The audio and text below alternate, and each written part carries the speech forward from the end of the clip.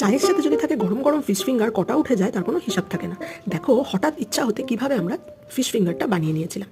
হঠাৎ ইচ্ছা বলবো না, সকাল থেকে হঠাৎ ইচ্ছাটা হয়েছিল, বিকজ এটা একটু সময় লাগে। তো এইভাবে আমরা প্রথমে সমস্ত কিছুকে বেটে নিয়েছিলাম। তারপর এইভাবে ফিলাগুলো করে নেওয়া হয়েছিল সরু সরু করে, যেহেতু আমরা ফিশ ফিঙ্গার বানাবো তাই সরু সরু করেই ফিলাগুলো করা হয়েছিল। ডিমের সাথে ব্ল্যাক পেপার, সল্ট, অল্প একটু কাশ্মীরি মির্চ আর যে আদা রসুন ধনেপাতা সমস্ত কিছু আমরা বেটে নিয়েছিলাম সেটাকে ভালো করে মিক্স করে নেওয়ার পর ফিলাগুলোকে তার মধ্যে আমরা দিয়ে দিই। দিয়ে এটাকে ভালো করে ম্যারিনেট করে তাতে অ্যাড করা হয় একটু লেবুর রস, পাতিলেবুর রস দিয়ে এটাকে আমরা ফ্রিজের মধ্যে রেখে দিয়েছিলাম সকাল থেকে। বিকালবেলা উঠে আমরা এই কোটিং করতে বসি।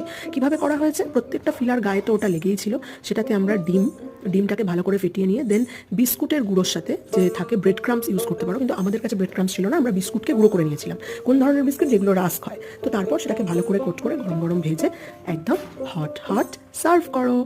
খেতে কিন্তু ভীষণ টেস্টি হয়েছিল, দেখতেও হয়েছিল ঠিক ততটাই সুন্দর। যতটা দেখতে সুন্দর হয়েছে ততটাই খেতে সুন্দর হয়েছে।